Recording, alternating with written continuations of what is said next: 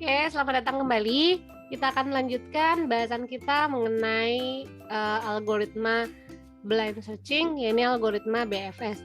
Nah, tentunya di sini harapannya teman-teman udah menyimak video sebelumnya, karena di dalam serial pembelajaran ini videonya nyambung ya, cuman saya bagi menjadi beberapa part.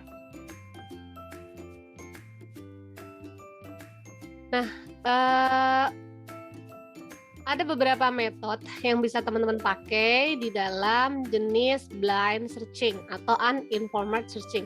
Namanya juga blind searching, berarti tidak ada informasi dari jalur yang akan kita pilih. Nah, di sini metode yang pertama, teman-teman bisa pakai metode BFS atau breadth first search. Yang kedua bisa pakai deep first search. Yang ketiga bisa pakai deep limited search. Dan yang keempat bisa pakai uniform cost search.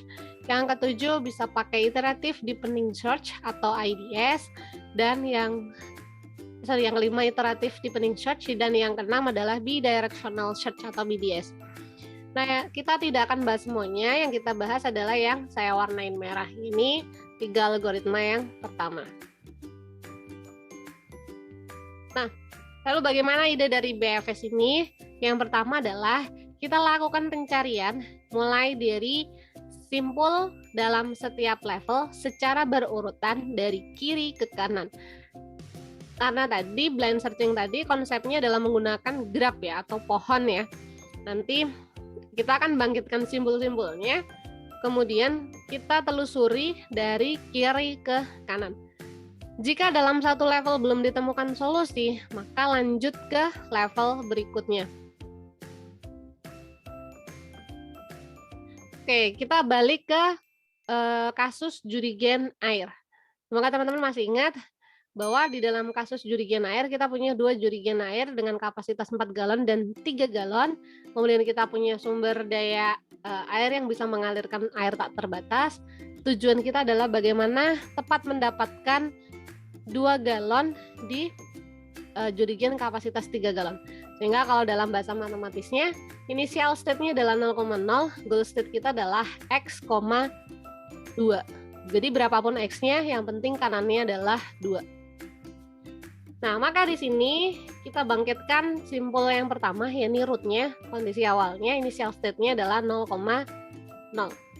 Karena 0,0 ini bukan goal state atau bukan tujuan akhir kita, maka kita turunkan cabang dari 0,0. Nah, dengan menggunakan operator produksi yang sudah dibahas di video sebelumnya, maka kita bisa dapatkan nih mana aturan produksi yang memungkinkan di sini.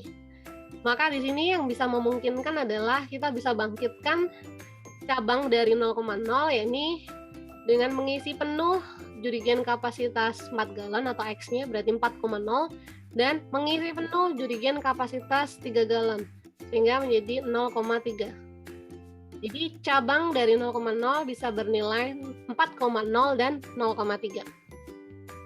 Kita telusuri dari kiri dulu, 4,0 bukan goal state, kita geser ke kanan, 0,3 bukan goal state. Sehingga kita turun lagi ke level berikutnya. 4,0 kita turunkan cabangnya, kemudian 0,3 juga kita turunkan cabangnya. 4,0 kemungkinannya bisa kita isi jurigen kapasitas 3 galonnya menjadi 4,3. Atau langkah kedua dari 4,0 kita bisa buang 4-nya sehingga menjadi balik ke 0,0. Atau kita pindah ke tuang ke sebelah kanan sehingga posisinya menjadi 1,3. Kemudian kita bisa pakai cara yang sama di posisi 0,3. Kita bisa isi penuh berarti 4,3, kemudian kita bisa buang berarti 0,0. Kita bisa pindah dari kanan ke kiri berarti 3,0. Kemudian kita telusuri dari kiri ke kanan. Nah, di sini Y-nya belum ada yang bernilai 2, sehingga kita perlu turunkan lagi ke cabang level 4-nya. Setelah kita turunkan, kita cek dari kiri sampai kanan. Nah, ternyata di sini belum juga ketemu solusinya. Belum ada yang X, 2. Maka langkah berikutnya sama, kita turunkan cabang dari masing-masing node ini. Nah, kalau kita turunkan nanti banyak sekali cabang-cabangnya. Sampai di cabang turunan 3,3 nanti ada node yakni 4,3 dan 4,2. Nah, 4,2 ini berarti adalah solusinya karena yang kita cari tadi adalah berapapun X-nya, Y-nya adalah 2. Sehingga karena udah ketemu goal state-nya, maka kita keluar dari iterasi atau berhenti. Nah, lalu solusinya seperti apa? Solusi akhir dari proses BFS dilakukan dengan merunut balik dari node ke goal state-nya. Maka di sini teman-teman bisa cek bahwa dari 4,2 kita cek parent-nya berapa? Oh, parent-nya 3,3. 3,3 parent-nya berapa? 3,0. 3,0 parent-nya berapa? 0,3. 0,3 parent-nya adalah 0,0. Sehingga solusinya tinggal dibalik. Berarti solusinya adalah 0,0, kemudian 0,3, 3,0, 3,3, dan 4,2. Atau kalau teman-teman baca, tadi teman-teman bisa compare dengan video sebelumnya, di mana kita dapatkan bahwa kondisi pertama kita isi jerigen kapasitas 3 galon sampai penuh. Kemudian kondisi kedua kita pindahkan air dari jerigen kapasitas 3 galon ke jerigen kapasitas 4 galon. Kemudian kita isi lagi jerigen kapasitas 3 galon. Kemudian kita tuang jerigen kapasitas 3 galon ke jerigen kapasitas 4 galon. Sama persis ya, kayak solusi yang kita temukan di video yang pertama tadi. Nah, ini adalah solusi yang ditemukan oleh BFS. Lalu dari sini, teman-teman kira-kira bisa menyimpulkan menggunakan 4 ukuran dari performa algoritma tadi. Yang pertama adalah komplit nggak nih si BFS ini? Ya, ternyata dengan menggunakan algoritma BFS, pasti kita mendapatkan solusi jika memang solusinya ada. Yang kedua adalah dari sisi optimality. Solusinya apakah pasti yang paling baik? Ya, dari algoritma BFS pasti mendapatkan solusi yang paling baik.